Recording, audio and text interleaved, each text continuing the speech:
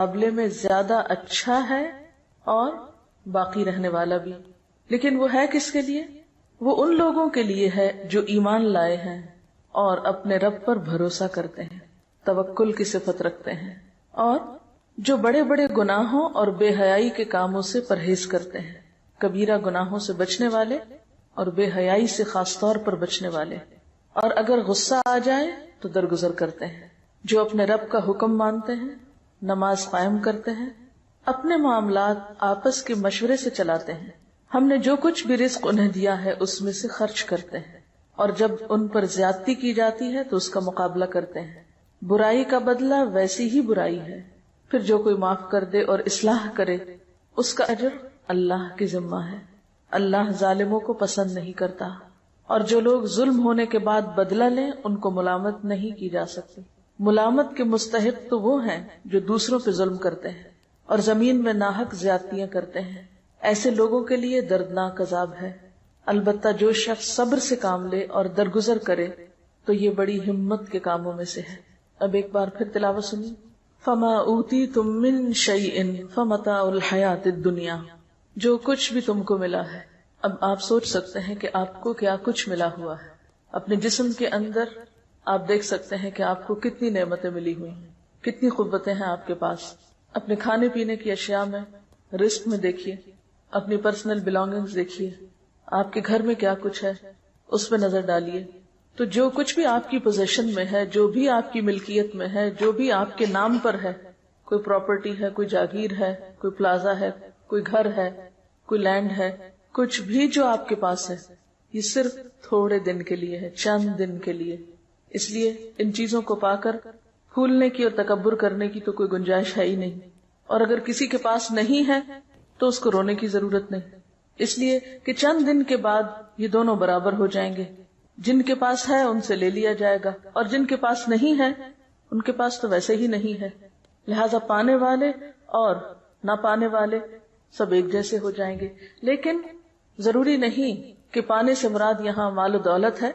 زندگی جیسی نعمت ہر ایک کے پاس ہے، زندگی بھی واپس لے لی جائے گی. وما اوتیتم من شیء، کوئی بھی چیز، محض مال و دولت نہیں، کوئی بھی چیز جو آج ملی ہے، یہ وقت، یہ مہلت، یہ زندگی، یہ صحت، یہ جوانی، یہ فراغت، جو کچھ بھی ہے ہمارے پاس، اور پھر مال و متاع میں سے جو کچھ ہے، یہ سب کیا ہے؟ فمتاع الحیات الدنیا. یہ صرف دنیا کی زندگی میں استعمال کے قابل چیزیں ہیں. کوئی شخص جس کے پاس قارون کا خزانہ ہی کیوں نہ ہو، اس میں سے استعمال بس اتنا ہی کر سکتا ہے جو اس کی ضرورت ہے. جیسے حدیث میں آتا نا، انسان کہتا ہے میرا مال میرا مال، حالانکہ اس کا مال اصل میں کیا ہے؟ جو اس نے کھا لیا، ختم کر دیا، پہن لیا، پرانا کر دیا، یعنی استعمال کر دیا، ختم ہو گیا، یا پھر آگے بھیج دیا آخرت کے لیے. باقی سب کچھ تو دوسروں کے لیے ہے. صدقہ خیرات کر ہی بس وہ شخص سکتا ہے جو رب پہ بھروسہ کرتا، جو رب کی بجائے مال پر بھروسہ کرتا ہو. وہ کبھی توکل نہیں کر سکتا اللہ پہ، وہ کبھی اللہ کی راہ میں دے ہی نہیں سکتا. دے گا بھی تو کیسے دے گا؟ کیونکہ اس کو ڈر ہوگا کہ یہ چلا گیا تو میں کہاں سے کھاؤں گا، یہ دے دیا تو میں کہاں سے پہنوں گا، یہ کسی کا ہو گیا تو میرا کیا بنے گا. آپ اپنی زندگی پر بھی نظر دوڑائیں. جب بھی کوئی چیز صدقہ کرنے کو دل چاہے تو سب سے پہلا خیال کیا ہوتا ہے؟ تو میرا کیا ہوگا، میں کیا کروں گا، یہ چیز اگر میں فلاں کو دوں تو میرا کیا ہوگا. اور پھر آپ 100 ضروریات ڈھونڈ لیتے. کبھی آپ نے اسٹور کی صفائی کی گھر میں، کسی دراز کی؟ پہلے آپ تنگ آتے ہیں چیزوں سے اور آپ سوچتے ہیں میں نے ان سب کو نکال دینا ہے. پھر آپ دراز صاف کرتے ہیں، چیزیں نکالتے ہیں، چھانتے پھٹکتے، پھر آپ دوبارہ رکھنے لگتے ہیں. پھر آپ کہتے ہیں یہ اس کام آئے گی، یہ حصہ آئے گی، یہ حصہ آئے گی. اسے ایسا کوڑ کباڑ دوبارہ سارے کا سارا ایز اٹ از سیٹ ہو کے دوبارہ دراز میں آ جائے گا، اسٹور میں آ جائے گا. سمٹ جاتا ہے نا، جب بکھرا ہوتا ہے تو انسان تنگ آتا ہے، کیا بلا ہے. اور جب سمٹ جاتا ہے تو انسان کہتا ہے اب کام آ جائے گا. اور پھر سال کے بعد صفائی کرتے ہیں تو وہ کسی کام نہیں آتا. اور ویسے کا تیسا ہی ہوتا ہے. یاد رکھیں، اگر کوئی چیز بن میں بھی ڈالنی پڑے نا تو اس نیت سے ڈالا کریں جو ذرا غیر ضروری ہو، کہ کئی اللہ کی مخلوق بیچاری غریب بن کھول کھول کے چیزیں ضرورت کی نکالتی، یہ ان کے کام آ جائے گی، کوئی بات نہیں. آپ کو پتا ہے کئی لوگ بوتلیں اس میں سے نکالتے ہیں، کینز نکالتے ہیں، کاغذ نکالتے ہیں، کوئی بھی پرانی شرانی چیز جو انہیں مل جاتی ہے وہ نکالتے ہیں. اور پھر ان کو اکٹھا کر کر کے بیچ کے رات کی روٹی کھاتے ہیں. تو اگر آپ نے کوئی بھی غیر ضروری چیز اس نیت سے ڈال دی اس میں چلو ان کے کام آ جائے گی، میں اپنا لالچ تو دور کروں، جانے دوں، چھوڑو اس کو، بہت رکھ لی اپنے پاس، تو اس چھوٹی سی نیکی کو بھی حقیر نہ سمجھے. وما عند اللہ خیر، اب اس میں سے بھی جو اللہ کے پاس بھیج دیا وہ سب سے بہتر ہے، خیر بہتر ہے، اچھا ہے. وہ جو وہاں جا کے لوگے وہ اچھا ہے. وہ ابقا، اور زیادہ باقی رہنے والا ہے، ہمیشہ کے لیے.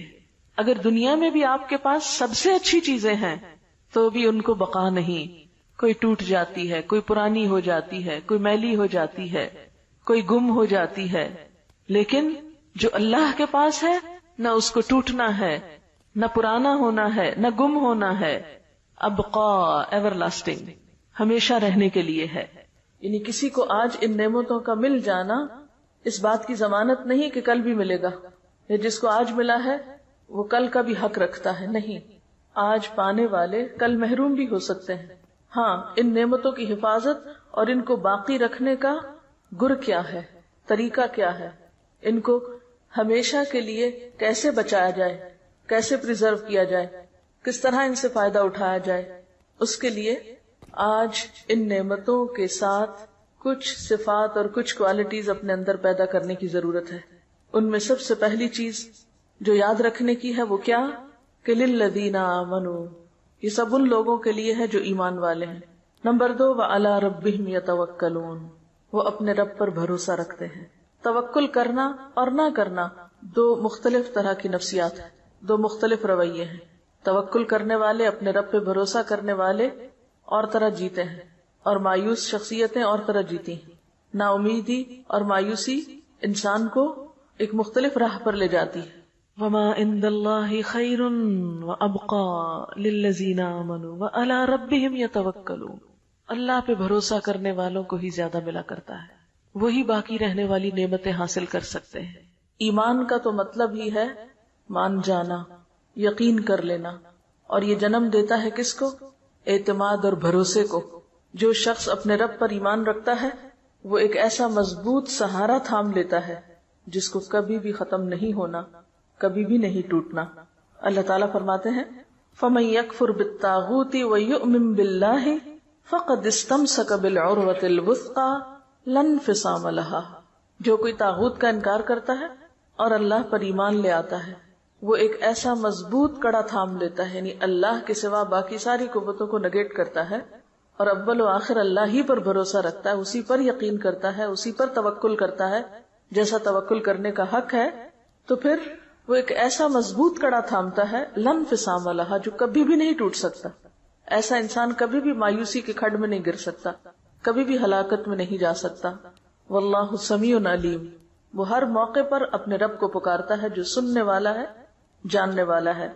ان کا دوست اللہ ہے. اللہ ولی الذین آمنوا، ایسے لوگوں کو اپنے رب کی دوستی نصیب ہوتی ہے، اس کی معرفت نصیب ہوتی ہے. یخرجہم من الظلمات الی النور، پھر انہیں اپنے رب کی رحمت سے روشنی نصیب ہوتی ہے، نور نصیب ہوتا ہے. اور یہ نور اسی کو نصیب ہو سکتا ہے جو حقیقی معنوں میں ایمان رکھتا ہو اور اپنے رب پر بھروسہ کرتا ہو. وہ پھر مایوسیوں کے اندھیرے میں نہیں رہتا، اللہ تعالیٰ اس کو مایوسیوں کے اندھیرے میں نہیں چھوڑتا. یعنی ایمان میں آنا بذات خود ایک نور کا پانا ہے، اور پھر جب ایک روشن راستہ اس کو نظر آ جاتا ہے تو وہ اس کے اوپر چل پڑتا ہے. یخرجہم من الظلمات الی النور. اس کے برعکس والذین کفروا اولیاءہم الطاغوت یخرجونہم من النور الی الظلمات اولئک اصحاب النار ہم فیہا خالدون. تو بات یہ ہے کہ جن کے دل ایمان سے لبریز ہوتے ہیں اور پھر اس کے نتیجے میں توکل سے معمور ہوتے ہیں، پھر ان کی زندگیوں میں مایوسی اور پریشانی اور خوف اور غم اور تمام منفی کیفیات دور ہونے لگتی ہیں، وہ ان کو گھیر نہیں سکتی. یعنی غم کا زندگی میں آنا ایک فطری سی چیز ہے، خوف کا زندگی میں آنا، غم اور خوف کو محسوس کرنا ایک بالکل فطری بات ہے. لیکن غم اور خوف کے شکنجے میں جکڑا جانا اور ان کو اپنے سر پہ مسلط کر لینا، یہ بالکل ایک دوسری کیفیت کا نام ہے. جو لوگ حقیقی معنوں میں ایمان رکھتے ہیں اور اپنے رب پر توکل کرتے ہیں اور اپنے رب کو رب مانتے ہیں، وہ غمگین تو ہو سکتے ہیں لیکن غم کو اپنے اوپر مسلط نہیں ہونے دیتے. کسی بھی قسم کی منفی کیفیت کا اس طرح شکار نہیں ہوتے کہ اس سے ان کی صلاحیتوں کو زنگ لگنے لگے، یا ان کے اوقات برباد ہونے لگے، یا ان کی صلاحیتیں ختم ہونے لگے، یا پھر وہ اپنی زندگی میں کوئی تعمیری اور پروڈکٹیو کام نہ کر سکے. یہ نہیں ہو سکتا. ایمان انسان کو مضبوط بناتا ہے، جرت مند بناتا ہے، اور حالات کا مقابلہ کرنا سکھاتا ہے. اور ان تمام آیات کی تھیم بھی یہی ہے، کیونکہ آگے جا کر آپ دیکھیں کہ جب ان پہ ظلم ہوتا ہے تو بدلہ لیتے ہیں، اور ان کے اندر اتنی طاقت ہوتی ہے کہ وہ صبر بھی کر سکتے ہیں، اور اتنے وسیع دل کے مالک ہوتے ہیں کہ وہ معاف بھی کر سکتے ہیں. لہذا وما عند اللہ خیر وابقى للذین آمنوا وعلی ربهم یتوکلون. آخرت کا گھر توکل کرنے والوں کے لیے، کیونکہ جو شخص اللہ پہ توکل کرتا ہے وہ ایک مثبت سوچ کا مالک ہوتا ہے. جو شخص مثبت سوچ کا مالک ہوتا ہے اس کی زندگی تعمیری، مفید اور خیر اور بھلائی کے کاموں سے بھری ہوئی ہوتی. وہ ہر دم، ہر لمحہ آگے کی طرف جا رہا ہوتا ہے، وہ اوپر کو جا رہا ہوتا ہے، وہ بلندی کی طرف جا رہا ہوتا ہے. جیسے ایک روایت میں آتا ہے کہ جس شخص کے 2 دن ایک جیسے گزرے وہ دھوکے میں رہا، یعنی اس نے نقصان اٹھایا. ایمان تو ہمیں ہر دم آگے بڑھنے کی تدبیریں بتاتا ہے، اور یہ آگے بڑھنا اسی کے نصیب میں ہو سکتا ہے جس کی سوچ تعمیری ہو، مثبت ہو، اور جس کے اندر ہر خوف اور غم کو نمٹنے کے لیے توکل کا ایک میزان ہو، یا توکل اور یقین ہو اس کے اندر. اور پھر کچھ اور صفات، والذین یجتنبون کبائر الاثم، ایسے لوگ جن کے اندر اتنی ایمانی جرت ہوتی اور جن کے اندر توکل ہوتا ہے، پھر وہ بڑے بڑے گناہوں سے بچ جاتے ہیں. مثلا بڑے گناہوں میں اکبر الکبائر کیا ہے؟ جھوٹ. مثلا معاملات کی بات اب کر رہی ہوں. جھوٹ سے کون بچ سکتا ہے؟ جس کے اندر ایمان ہوگا، جس کے اندر ایک جرت ہوگی، جو لوگوں سے نہیں ڈرتا ہوگا. جو جتنا لوگوں سے ڈرتا ہے اتنا زیادہ جھوٹ بولتا ہے. جو اپنے رب پہ بھروسہ کرنے کی بجائے لوگوں پہ بھروسہ کرتا ہے، لوگوں کو اپنا رب مانتا ہے، لوگوں سے مفادات حاصل کرنا چاہتا ہے، تو پھر وہ ان کی نظر میں اچھا بننے کے لیے طرح طرح کے جھوٹ بولتا ہے، یہ غلط رویے اختیار کرتا ہے. لیکن جو شخص اپنے رب کے سامنے سچا ہوتا ہے اور اپنے رب کے سامنے ایماندار ہوتا ہے، پھر اس کو کمزور سہاروں کی ضرورت نہیں ہوتی. پھر وہ ہر طرح کی برائی سے بچنے کی ہمت پاتا ہے اپنے اندر. جیسے ایک حدیث میں آتا ہے نا کہ ان الصدق یہدی الی البر وان البر یہدی الی الجنہ، کہ سچائی نیکی کی طرف لے جاتی ہے اور نیکی جنت کی طرف لے جاتی ہے. وان الرجل لیصدق حتی یکتب عند اللہ صدیقا، اور ایک انسان سچ بولتا رہتا ہے یہاں تک کہ اللہ کے ہاں صدیق لکھ لیا جاتا ہے. وان الکذب یہدی الی الفجور وان الفجور یہدی الی النار، اور جھوٹ برائی کی طرف لے جاتا ہے اور برائی جہنم کی طرف لے جاتی ہے. وَإِنَّ الرَّجُلَ لَيَكْذِبُ حَتَّى يُكْتَبَ عِندَ اللَّهِ كَذَّابًا، اور ایک شخص جھوٹ بولتا رہتا ہے یہاں تک کہ اللہ کے ہاں جھوٹوں میں لکھ لیا جاتا ہے. وَالَّذِينَ يَجْتَنِبُونَ كَبَائِرَ الْإِثْمِ، اور وہ لوگ جو اجتناب کرتے ہیں بڑے بڑے گناہوں سے، کبیرہ گناہوں سے. وَالْفَوَاحِشَ، اور بے حیائیوں سے. وَإِذَا مَا غَضِبُوا هُمْ يَغْفِرُونَ، اور جب غضبناک ہوتے ہیں تو معاف کر دیتے ہیں. اب یہ آخرت کی باقی رہنے والی چیزوں کے مالکوں کی صفات بتائی جا رہی ہیں. نمبر 1 توکل کرتے ہیں، نمبر 2 بڑے گناہوں سے بچتے ہیں، احتیاط برتتے ہیں، اجتناب کرتے ہیں. والفواحش، فاحشہ کہتے ہیں کھلی برائی کو، صریح برائی. فواحش سے اجتناب کرتے ہیں یعنی گناہ اور بے حیائی کے کاموں سے پرہیز کرتے ہیں. وَإِذَا مَا غَضِبُوا، اور جب وہ غضبناک ہوتے ہیں، ہم یغفرون، تو وہ معاف کر دیتے ہیں. جیسے پیچھے پڑھ چکے ہیں والکاظمین الغیظ والعافین عن الناس، لوگوں سے درگزر کرنا ان کے مزاج اور طبیعت کا حصہ ہے. جنت والوں کے مزاج میں ہے یہ بات کہ وہ لوگوں کے قصوروں سے درگزر کر جاتے ہیں. ان کے مزاج میں انتقام اور بدلہ نہیں. آپ صلی اللہ علیہ وسلم کے بارے میں آتا ہے کہ آپ نے اپنی ذات کے لیے کبھی بدلہ نہیں لیا. ہاں، اگر اللہ کی حدوں میں سے کسی حد کو توڑا جاتا تو وہ آپ کے لیے ناقابل برداشت تھا. یہ بخاری کی روایت ہے. اللہ کی حدود کا سب سے زیادہ لحاظ رکھتے تھے. اس پہ آپ نے حد بھی جاری کی، سزا بھی دی، کوڑے بھی مروائے، رجم بھی کروایا، ہاتھ بھی کٹوائے، کیونکہ وہ اللہ کی حد توڑی گئی تھی. تو والذین یجتنبون کبائر، وہ خود بخود کبائر سے نکلنا شروع ہو جاتے ہیں. یعنی سچے ایمان اور توکل کے بغیر کبائر سے بچنا بھی ممکن نہیں ہوتا. پھر کبائر میں غیبت کرنا، دوسروں کی پیٹھ پیچھے ان کی برائیاں کرنا. پھر کبائر میں زنا، شراب، چوری، دھوکہ، امانت میں خیانت، یہ ساری قبیح صفات اسی شخص کے اندر ہو سکتی ہیں جس کے اندر ایمان نہ ہو. اور جس کا رب پر بھروسہ نہ ہو. جب اس کے دل سے لوگوں کا خوف نکلتا ہے تو پھر وہ صحیح رستے پر آ جاتا ہے. اور پھر خاص طور پر کبیرہ گناہوں میں والفواحش، فواحش سے بچتا ہے. فواحش کا لفظ فحش سے نکلا، کھلی برائی، اور خصوصاً بے حیائی کے کام. بے حیائی کے کاموں میں کیا چیزیں آتی؟ ایک تو یہ جھوٹ، دھوکہ، یہ سب بے حیائی کے کام ہیں. لیکن اس کے علاوہ دیکھیے گناہ کی تعریف کیا کی گئی کہ جس پر تم خوف کھاؤ کہ لوگوں کو پتہ نہ چل جائے، یعنی جس کے بارے میں تمہیں ڈر ہو کہ ہائے میرا پول نہ کھل جائے، جو کام تم لوگوں کے سامنے نہیں کر سکتے. اور اس سے بڑی برائی کیا ہے کہ تم ڈھٹائی سے برے کام کرو. یعنی عام گناہ کیا ہے؟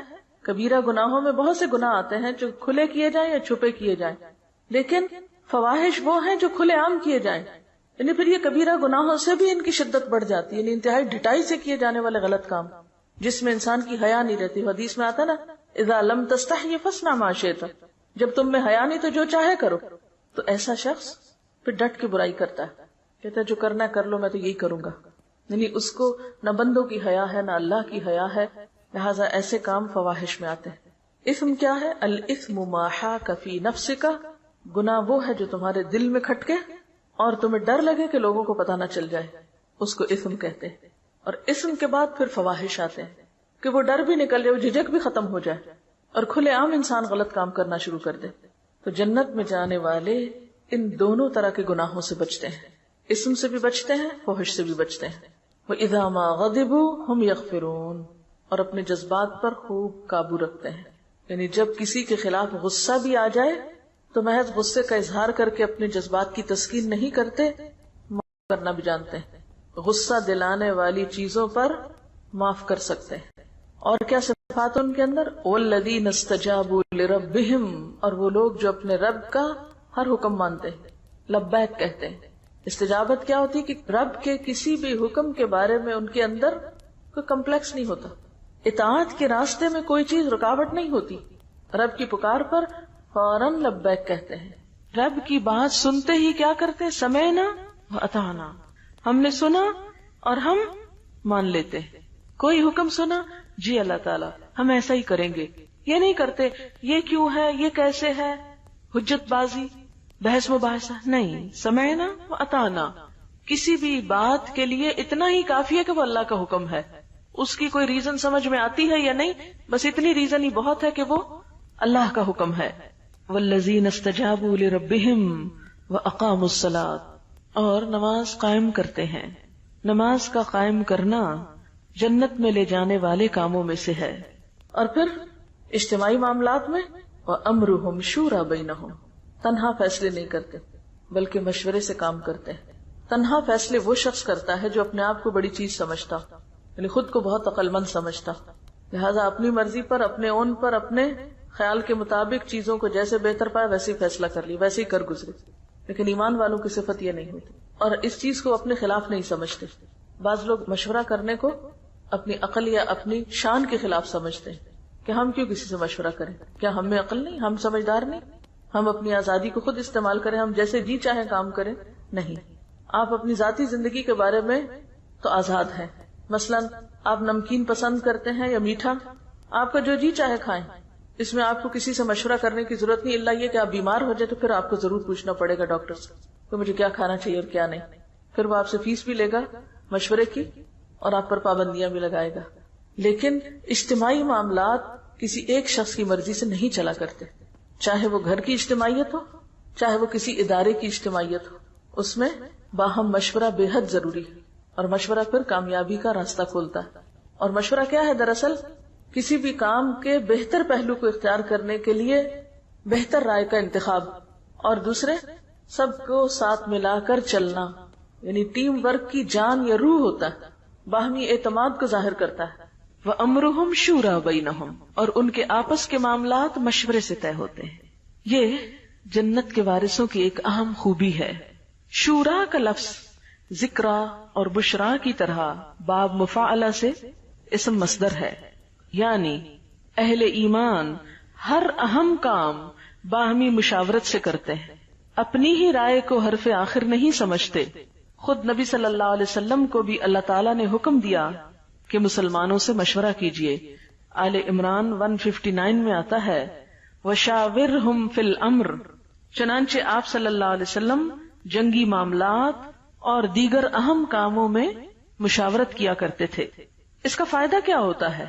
اس سے ان لوگوں کی حوصلہ افزائی ہوتی ہے جن سے مشورہ کیا جاتا ہے، اور دوسرا فائدہ کیا ہوتا ہے کہ کسی کام کے اہم حصے نمایاں ہو جاتے ہیں، کیونکہ ہر شخص اپنے اپنے اینگل سے دیکھ رہا ہے۔ مثلا اگر ہم نے اس کمرے کا حدود اربع بیان کرنا ہو تو اگر صرف میں ایکسپلین کرتی رہوں گی تو بات پوری نہیں کر سکوں گی۔ کیوں؟ اس لیے کہ میں صرف اپنے سامنے والی چیز کو دیکھ رہی ہوں۔ اگر میں آپ کو بھی شریک کر لوں گی تو آپ ان چیزوں کو دیکھ رہے ہیں جو میرے پیچھے ہیں، جو مجھے نظر نہیں آ رہی۔ اس طرح ایک مکمل پکچر بن جائے گی، ٹھیک ہے نا؟ مشورہ بھی ایسا ہی ہوتا ہے۔ کسی بھی معاملے کے بارے میں جب مشورہ کیا جاتا ہے آمنے سامنے بیٹھ کر، تو ایک شخص ایک اینگل سے دیکھتا ہے، دوسرا دوسرے سے، اور اس طرح وہ پوری چیز سامنے آ جاتی ہے۔ اور ہم دیکھتے ہیں کہ نبی صلی اللہ علیہ وسلم نے زندگی کے بہت سارے معاملات میں مشورے کیے۔ اس کے بعد صحابہ کرام کا بھی یہی طریقہ تھا۔ حضرت عمر رضی اللہ تعالی عنہ جب نیزے سے زخمی ہو گئے اور زندگی کی کوئی امید باقی نہ رہی تو امر خلافت کی مشاورت کے لیے 6 آدمی نامزد فرمائے۔ حضرت عثمان، حضرت علی، طلحہ، زبیر، سعد اور عبد الرحمن بن عوف۔ انہوں نے باہم مشورہ کیا اور آپس میں مشورے کے علاوہ اور لوگوں سے بھی مشورہ کیا، اور اس طرح حضرت عثمان کو خلافت کے لیے نامزد کر دیا گیا۔ بعض لوگ یہ سمجھتے ہیں کہ قومی اور اجتماعی سطح پر ہو تو مشورے سے مراد جمہوریت ہے۔ نہیں، اس لیے کہ جمہوریت میں ہر کہ و میں سے مشورہ کیا جاتا ہے، جو بھی سلیکٹ ہو کے آ جائے، خواہ وہ اس چیز کا اہل ہو یا نہ ہو۔ اب آپ دیکھیں کہ اس وقت دنیا میں جہاں جہاں جمہوریت ہے، پارلیمنٹ موجود ہے، وہاں پر جو ممبرز ہوتے ہیں، MNAs ہوتے ہیں، مختلف علاقوں سے آئے ہوئے، ان میں سے اکثریت ایسی ہوتی ہے جو امور مملکت کو، دنیا کے حالات کو کچھ بھی نہیں جانتے ہوتے۔ کسی کام کو کیسے چلانا ہے، کیسے کرنا ہے، ان کے پاس کوئی تجربہ نہیں ہوتا۔ ان کا سب سے بڑا کریڈٹ یہ ہے کہ وہ لوگوں کے پسندیدہ شخصیتیں، لوگوں نے انہوں نے بھیج دیا ہے۔ وہ آگے جا کے کیا کرتے ہیں کیا نہیں کرتے کچھ خبر نہیں۔ کئی ایک لوگ تو پڑھنا لکھنا بھی نہیں جانتے، کئی ایک لوگ دنیا کی تو کیا اپنے آپ کی خبر نہیں رکھتے۔ اس لیے وہ جو نظام پھر چلاتے ہیں وہ آپ کے سامنے ہے۔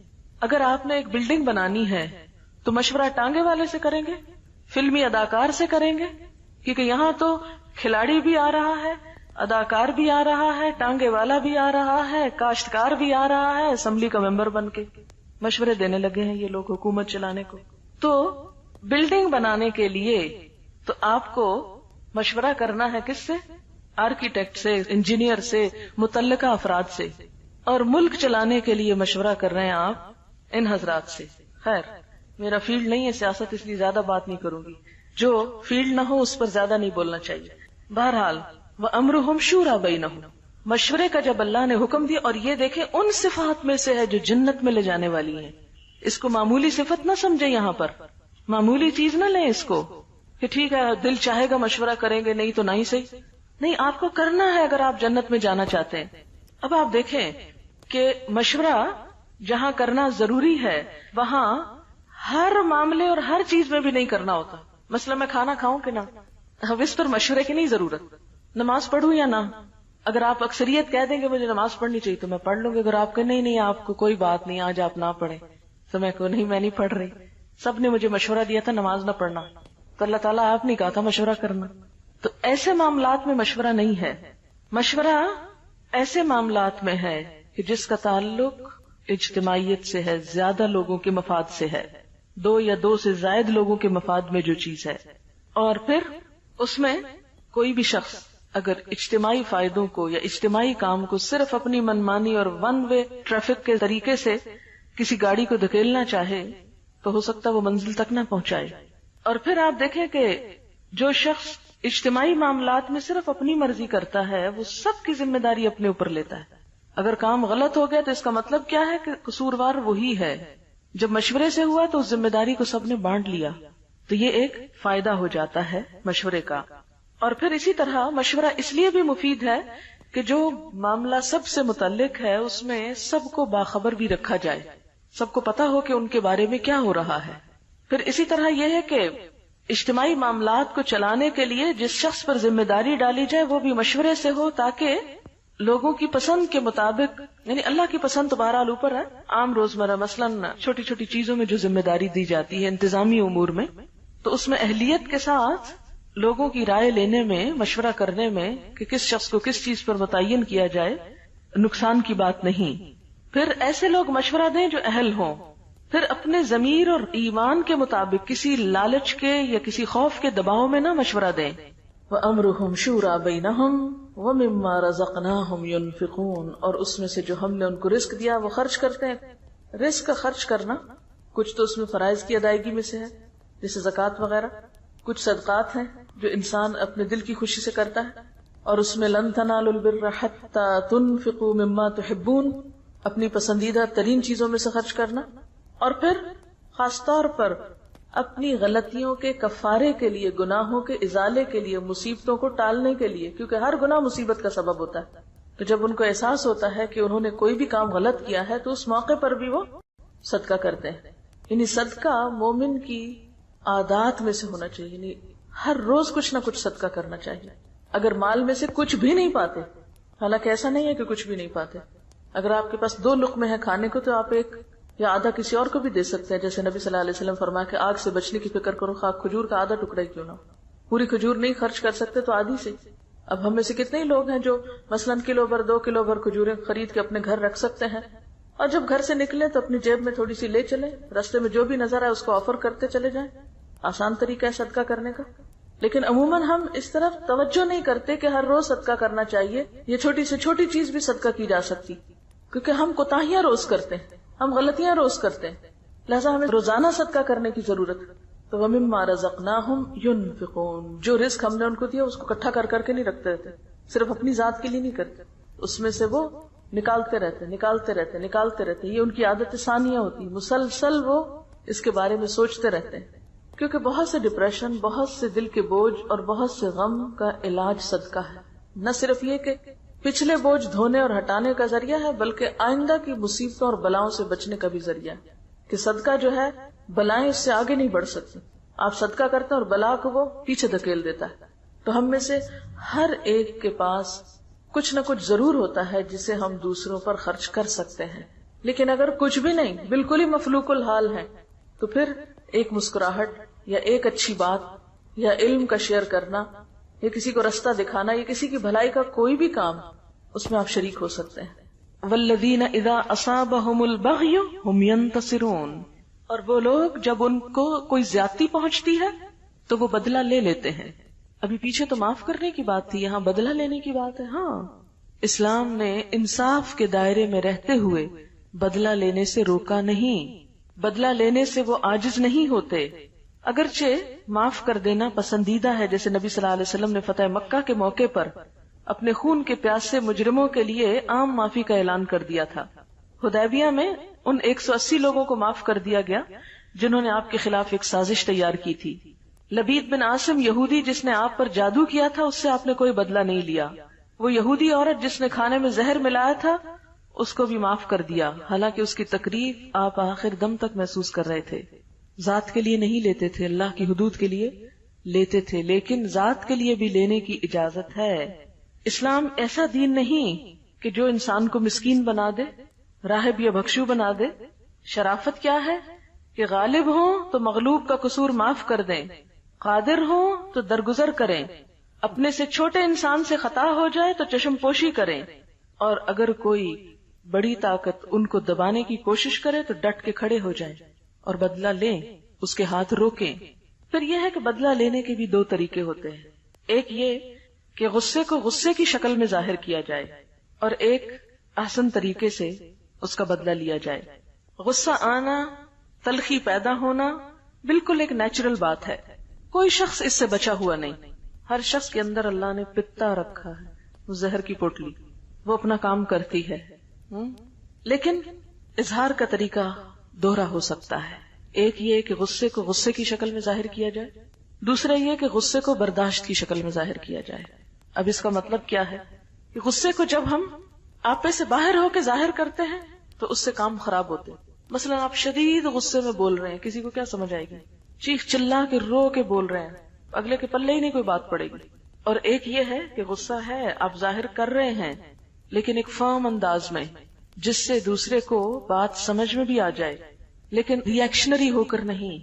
اس میں عموماً کیا ہوتا ہے، نقصان ہو جاتا ہے، کیونکہ جب آپ ریئیکشن ایسا کرتے ہیں تو دوسرے کو اور بھڑکا دیتے ہیں. وہ اگر طاقتور ہے تو آپ پہ اور ظلم کا اندیشہ ہے. اب یہ ساری صفات ہیں اہل جنت کی، کہ جو جنت میں جائیں گے ان کے اندر یہ تمام صفات ہونی چاہیے. یہ کرائیٹیریا آپ کو میٹ کرنا ہے. مثلاً آپ کسی دوسرے ملک میں جا کر رہنا چاہتے ہیں، امیگریشن چاہتے ہیں، تو اس کے لیے آپ کو ایک سرٹن کرائیٹیریا میٹ کرنا پڑتا ہے. آپ کو کچھ ضروری چیزیں فراہم کرنی پڑتی. تو جنت کی امیگریشن کے لیے بھی، یہاں سے وہاں جانے کے لیے بھی آپ کے اندر ایک مخصوص کردار کا ہونا بے حد ضروری ہے. وہاں کے ویزا کے لیے بھی کچھ ضروری شرائط اور ریکوائرمنٹس ہیں. اگر آپ وہ پورا نہیں کرتے تو اندر جانے کے مستحق نہیں. اور ان میں سے یہ تمام چیزیں، جن میں سے ایک اہم چیز والذین اذا اصابہم البغی هم ینتصرون، کہ جب ان کے ساتھ کوئی زیادتی کرتا ہے تو بدلہ لیتے ہیں. عام حالات میں ہمیں کیا کہا گیا ہے کہ درگزر کرو، معاف کر دو.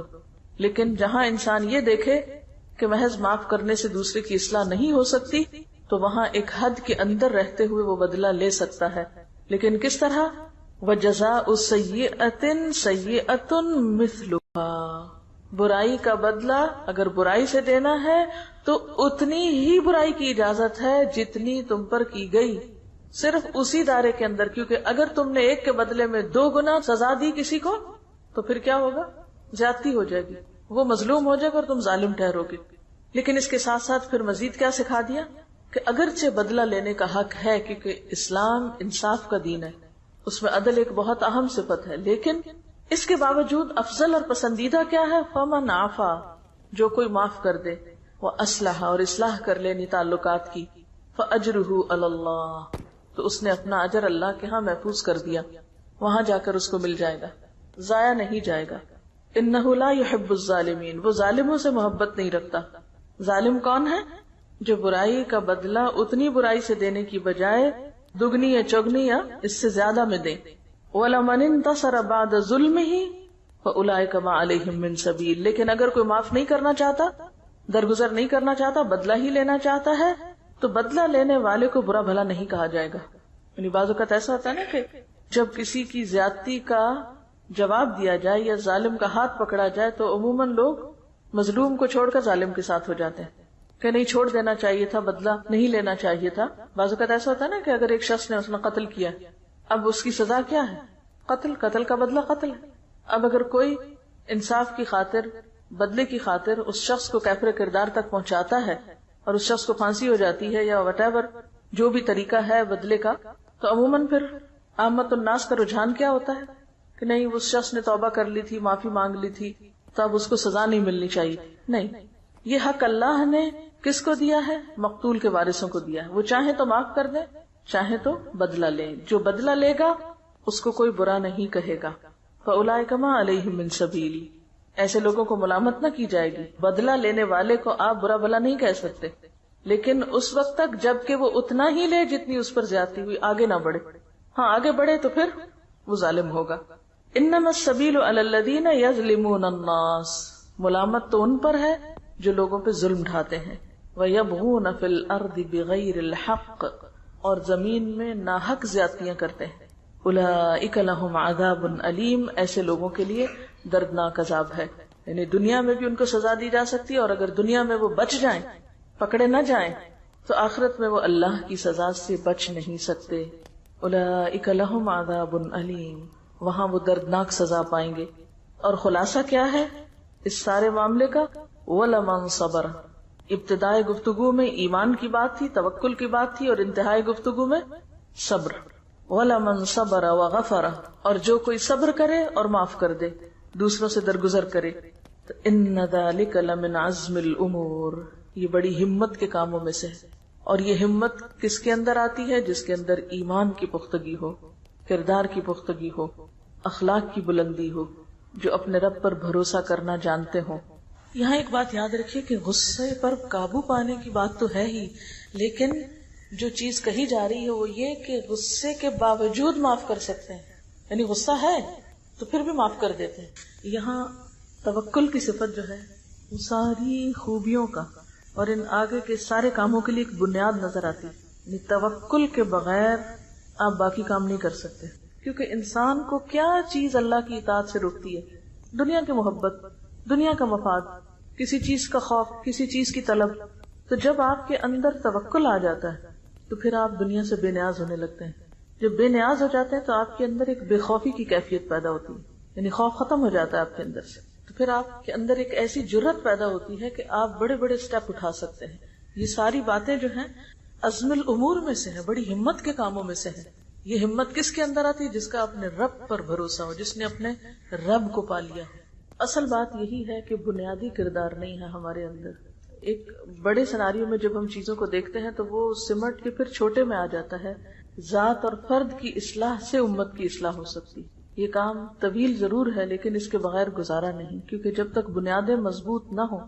آپ دیکھیے کہ جیسے شورا ہی کی بات آپ نے کی، ہم سب اپنی اپنی زندگیوں میں غور کریں.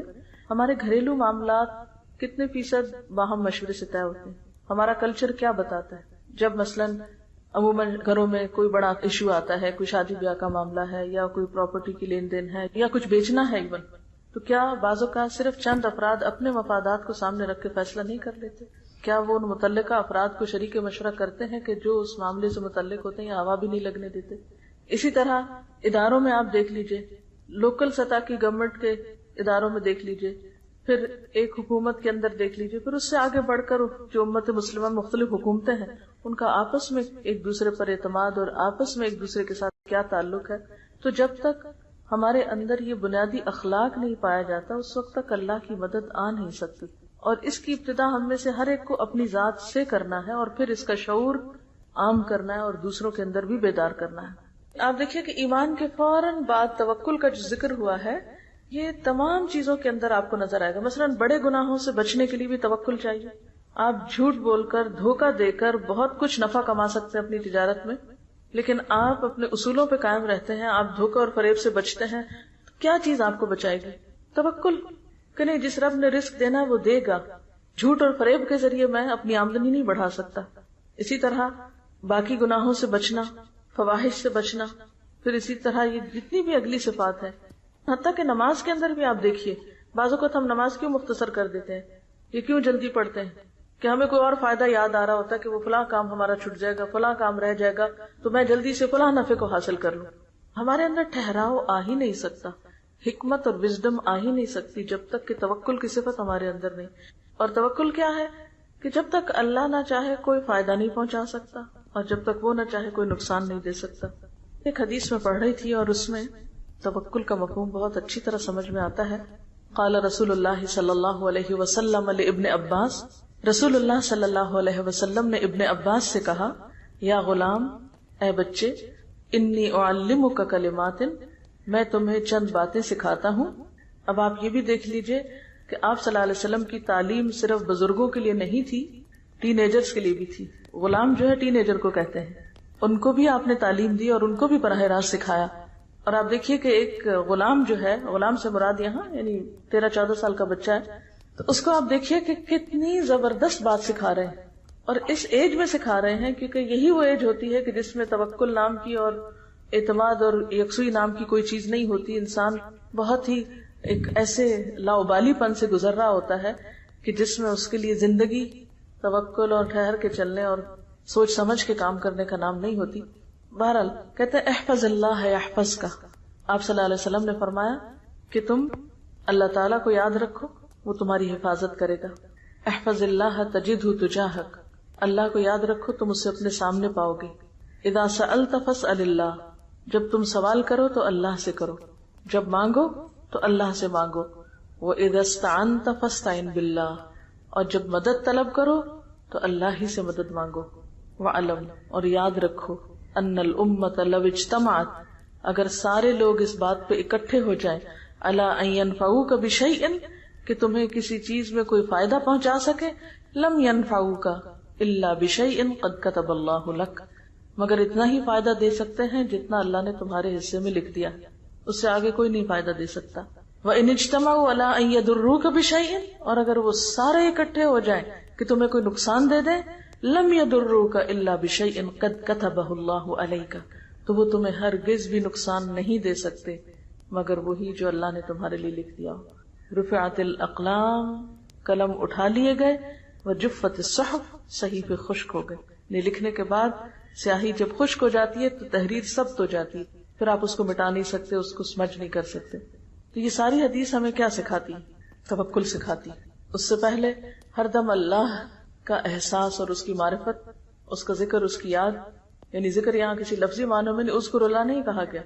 اللہ کی حفاظت کرو لفظی معنی، یعنی اللہ تعالیٰ کا جو وجود ہے اس کا لحاظ رکھو، پاس رکھو، اسے اپنے سامنے پاؤ، یعنی اس کو محسوس کرو، اور پھر اللہ سے مانگو، اس سے مدد طلب کرو، اور لوگوں سے بے نیاز ہو جاؤ. لوگ تمہیں سارے مل کے بھی کوئی فائدہ نہیں دے سکتے، اور سب مل کے کوئی نقصان نہیں دے سکتے. جتنا زیادہ اس بات پر یقین ہوتا ہے اتنا ہی زیادہ انسان پھر اپنے اصولوں پہ قائم رہتا ہے، ورنہ اپنے ہر اصول کو لوگوں کی مرضی کے مطابق تبدیل کرتا چلا جاتا ہے. نہ پھر گناہوں سے بچ سکتا ہے، اور نہ ہی معاف کر سکتا ہے، اور نہ ہی باقی صفات اس کے اندر آ سکتی ہیں جیسے صدقہ خیرات وغیرہ کی. اوور آل ہماری ساری زندگی لوگوں کے گرد گھومتی ہے. ہم پیپل سینٹرڈ لوگ ہیں. ہمارا مرکز و محور لوگ ہیں. یا اپنی ذات ہوتی ہے یا پھر لوگ ہوتے ہیں. اوپر نہیں اٹھتے اس سے. اور جب تک علی ربہم یتوکلون کی صفت نہیں آتی آپ کچھ بھی نہیں کر سکتے. جب ہم اللہ پہ بھروسہ نہیں کرتے تو یقیناً ہمیں کسی اور پہ بھروسہ کرنا پڑتا ہے، اور وہ سب کمزور سہارے ہیں جو خود بھی گرتے ہیں اور ہم بھی ان کے پیچھے گرتے ہیں. کسی نے لکھا ہے کہ عام زندگی میں کانفیڈنٹ اسے کہا جاتا ہے جسے اپنے اوپر بھروسہ ہوتا ہے اور نڈر ہو کر کوئی بھی غلط کام کر سکتا ہے. مگر اللہ کے ہاں کانفیڈنٹ وہ ہے جسے اللہ پر توکل ہو. جو نڈر ہو کر کوئی بھی غلط کام کر لیتا ہے وہ تو پھر فواحش کا شکار ہو جاتا ہے. سبحانک اللہم و بحمدک، نشہد ان لا الہ الا انت، نستغفرک و نتوب الیک. والسلام علیکم و رحمۃ اللہ وبرکاتہ. جو کچھ بھی تم لوگوں کو دیا گیا ہے وہ محض دنیا کی چند روزہ زندگی کا سر و سامان ہے. تھوڑے دن کے لیے ہے، چند دن کے لیے ہے. اور جو کچھ اللہ کے ہاں ہے وہ بہتر بھی ہے اور پائیدار بھی. دوسری دنیا میں، دوسرے گھر میں جو کچھ ملنے والا ہے وہ اس دنیا کے مقابلے میں زیادہ اچھا ہے اور باقی رہنے والا بھی. لیکن وہ ہے کس کے لیے؟ وہ ان لوگوں کے لیے ہے جو ایمان لائے ہیں اور اپنے رب پر بھروسہ کرتے ہیں، توکل کی صفت رکھتے ہیں، اور جو بڑے بڑے گناہوں اور بے حیائی کے کاموں سے پرہیز کرتے ہیں. کبیرہ گناہوں سے بچنے والے اور بے حیائی سے خاص طور پر بچنے والے. اور اگر غصہ آ جائے تو درگزر کرتے ہیں. جو اپنے رب کا حکم مانتے ہیں، نماز قائم کرتے ہیں، اپنے معاملات آپس کے مشورے سے چلاتے ہیں. ہم نے جو کچھ بھی رزق انہیں دیا ہے اس میں سے خرچ کرتے ہیں، اور جب ان پر زیادتی کی جاتی ہے تو اس کا مقابلہ کرتے ہیں. برائی کا بدلہ ویسی ہی برائی ہے. پھر جو کوئی معاف کر دے اور اصلاح کرے اس کا اجر اللہ کی ذمہ ہے. اللہ ظالموں کو پسند نہیں کرتا. اور جو لوگ ظلم ہونے کے بعد بدلہ لیں ان کو ملامت نہیں کی جا سکتی. ملامت کے مستحق تو وہ ہیں جو دوسروں پہ ظلم کرتے ہیں اور زمین میں ناحق زیادتیاں کرتے ہیں. ایسے لوگوں کے لیے دردناک عذاب ہے. البتہ جو شخص صبر سے کام لے اور درگزر کرے تو یہ بڑی ہمت کے کاموں میں سے ہے. اب ایک بار پھر تلاوت سنی. فما اوتیتم من شیء فمتاع الحیات الدنیا. جو کچھ بھی تم کو ملا ہے. اب آپ سوچ سکتے ہیں کہ آپ کو کیا کچھ ملا ہوا ہے. اپنے جسم کے اندر آپ دیکھ سکتے ہیں کہ آپ کو کتنی نعمتیں ملی ہوئی ہیں، کتنی قوتیں ہیں آپ کے پاس. اپنے کھانے پینے کی اشیاء میں، رزق میں دیکھیے، اپنی پرسنل بلانگنگز دیکھیے، آپ کے گھر میں کیا کچھ ہے اس پہ نظر ڈالیے. تو جو کچھ بھی آپ کی پوزیشن میں ہے، جو بھی آپ کی ملکیت میں ہے، جو بھی آپ کے نام پر ہے، کوئی پراپرٹی ہے، کوئی جاگیر ہے، کوئی پلازا ہے، کوئی گھر ہے، کوئی لینڈ ہے، کچھ بھی جو آپ کے پاس ہے یہ صرف تھوڑے دن کے لیے ہے، چند دن کے لیے. اس لیے ان چیزوں کو پا کر پھولنے کی اور تکبر کرنے کی تو کوئی گنجائش ہے ہی نہیں. اور اگر کسی کے پاس نہیں ہے تو اس کو رونے کی ضرورت نہیں، اس لیے کہ چند دن کے بعد یہ دونوں برابر ہو جائیں گے. جن کے پاس ہے ان سے لے لیا جائے گا، اور جن کے پاس نہیں ہے ان کے پاس تو ویسے ہی نہیں ہے. لہذا پانے والے اور نہ پانے والے سب ایک جیسے ہو جائیں گے. لیکن ضروری نہیں کہ پانے سے مراد یہاں مال و دولت ہے. زندگی جیسی نعمت ہر ایک کے پاس ہے، زندگی بھی واپس لے لی جائے گی. وما اوتیتم من شیء، کوئی بھی چیز، محض مال و دولت نہیں، کوئی بھی چیز جو آج ملی ہے، یہ وقت، یہ مہلت، یہ زندگی، یہ صحت، یہ جوانی، یہ فراغت، جو کچھ بھی ہے ہمارے پاس، اور پھر مال و متاع میں سے جو کچھ ہے، یہ سب کیا ہے؟ فمتاع الحیات الدنیا، یہ صرف دنیا کی زندگی میں استعمال کے قابل چیزیں ہیں. کوئی شخص جس کے پاس قارون کا خزانہ ہی کیوں نہ ہو، اس میں سے استعمال بس اتنا ہی کر سکتا ہے جو اس کی ضرورت ہے. جیسے حدیث میں آتا نا، انسان کہتا ہے میرا مال میرا مال، حالانکہ اس کا مال اصل میں کیا ہے؟ جو اس نے کھا لیا ختم کر دیا، پہن لیا پرانا کر دیا، یعنی استعمال کر دیا ختم ہو گیا، یا پھر آگے بھیج دیا آخرت کے لیے. باقی سب کچھ تو دوسروں کے لیے ہے. صدقہ خیرات کر ہی بس وہ شخص سکتا ہے جو رب پہ بھروسہ کرتا ہو، جو رب کی بجائے مال پر بھروسہ کرتا ہو. وہ کبھی توکل نہیں کر سکتا اللہ پہ، وہ کبھی اللہ کی راہ میں دے ہی نہیں سکتا. دے گا بھی تو کیسے دے گا؟ کیونکہ اس کو ڈر ہوگا کہ یہ چلا گیا تو میں کہاں سے کھاؤں گا، یہ دے دیا تو میں کہاں سے پہنوں گا، یہ کسی کا ہو گیا تو میرا کیا بنے گا. آپ اپنی زندگی پر بھی نظر دوڑائیں. جب بھی کوئی چیز صدقہ کرنے کو دل چاہے تو سب سے پہلا خیال کیا ہوتا ہے؟ تو میرا کیا ہوگا، میں کیا کروں گا، یہ چیز اگر میں فلاں کو دوں تو میرا کیا ہوگا. اور پھر آپ 100 ضروریات ڈھونڈ لیتے. کبھی آپ نے اسٹور کی صفائی کی گھر میں کسی دراز کی؟ پہلے آپ تنگ آتے ہیں چیزوں سے اور آپ سوچتے ہیں میں نے ان سب کو نکال دینا ہے. پھر آپ دراز صاف کرتے ہیں، چیزیں نکالتے ہیں، چھانتے پھٹکتے، پھر آپ دوبارہ رکھنے لگتے ہیں. پھر آپ کہتے ہیں یہ اس کام آئے گی، یہ حصہ آئے گی، یہ حصہ آئے گی.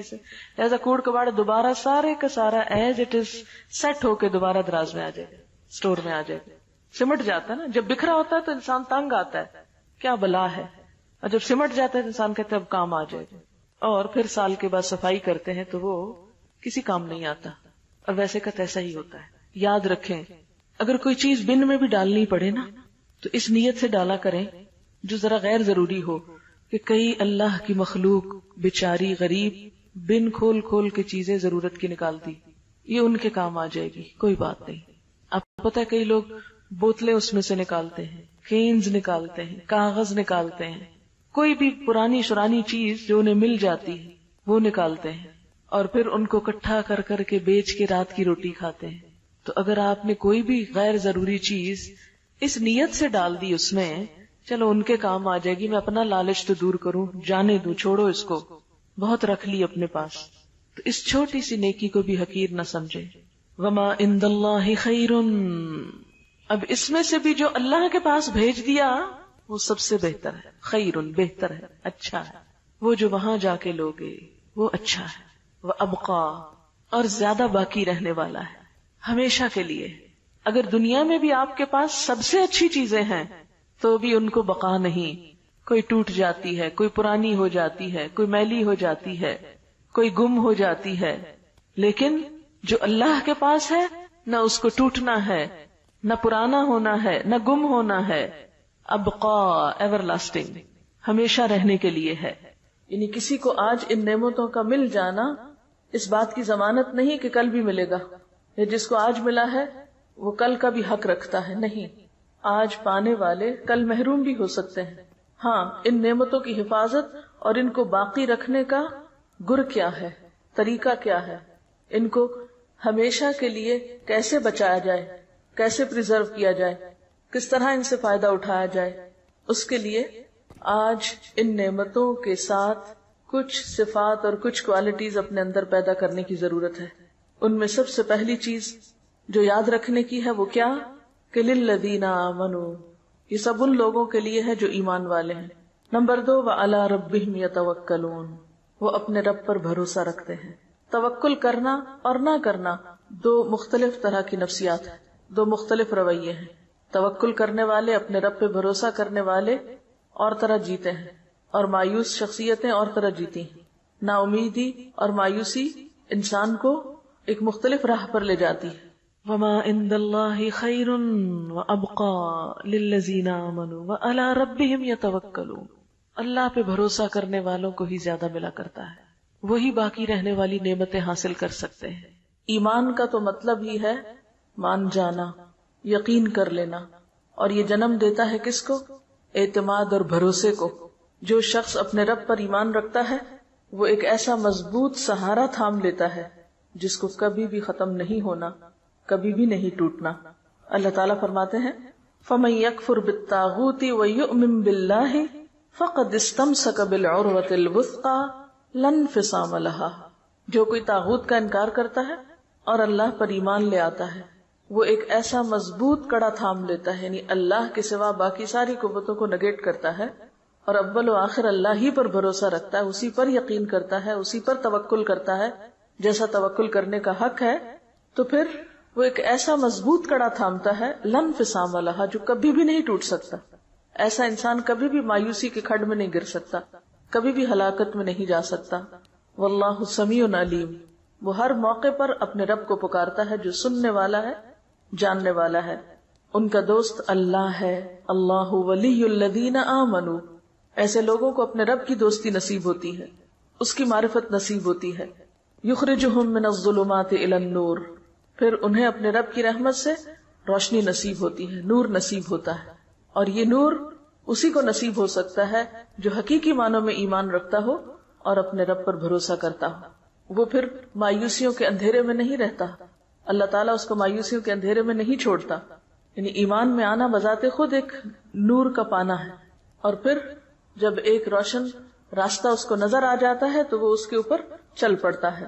یخرجہم من الظلمات الی النور، اس کے برعکس والذین کفروا اولیاءہم الطاغوت یخرجونہم من النور الی الظلمات اولئک اصحاب النار ہم فیہا خالدون۔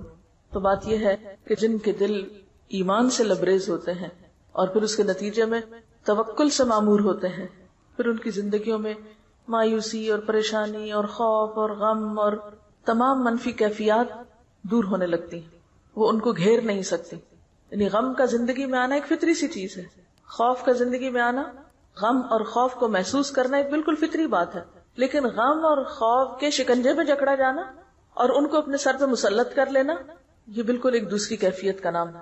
جو لوگ حقیقی معنوں میں ایمان رکھتے ہیں اور اپنے رب پر توکل کرتے ہیں اور اپنے رب کو رب مانتے ہیں، وہ غمگین تو ہو سکتے ہیں لیکن غم کو اپنے اوپر مسلط نہیں ہونے دیتے، کسی بھی قسم کی منفی کیفیت کا اس طرح شکار نہیں ہوتے کہ اس سے ان کی صلاحیتوں کو زنگ لگنے لگے، یا ان کے اوقات برباد ہونے لگے، یا ان کی صلاحیتیں ختم ہونے لگے، یا پھر وہ اپنی زندگی میں کوئی تعمیری اور پروڈکٹیو کام نہ کر سکے۔ یہ نہیں ہو سکتا۔ ایمان انسان کو مضبوط بناتا ہے، جرأت مند بناتا ہے اور حالات کا مقابلہ کرنا سکھاتا ہے، اور ان تمام آیات کی تھیم بھی یہی ہے، کیونکہ آگے جا کر آپ دیکھیں کہ جب ان پہ ظلم ہوتا ہے تو وہ بدلہ لیتے ہیں، اور ان کے اندر اتنی طاقت ہوتی ہے کہ وہ صبر بھی کر سکتے ہیں اور اتنے وسیع دل کے مالک ہوتے ہیں کہ وہ معاف بھی کر سکتے ہیں۔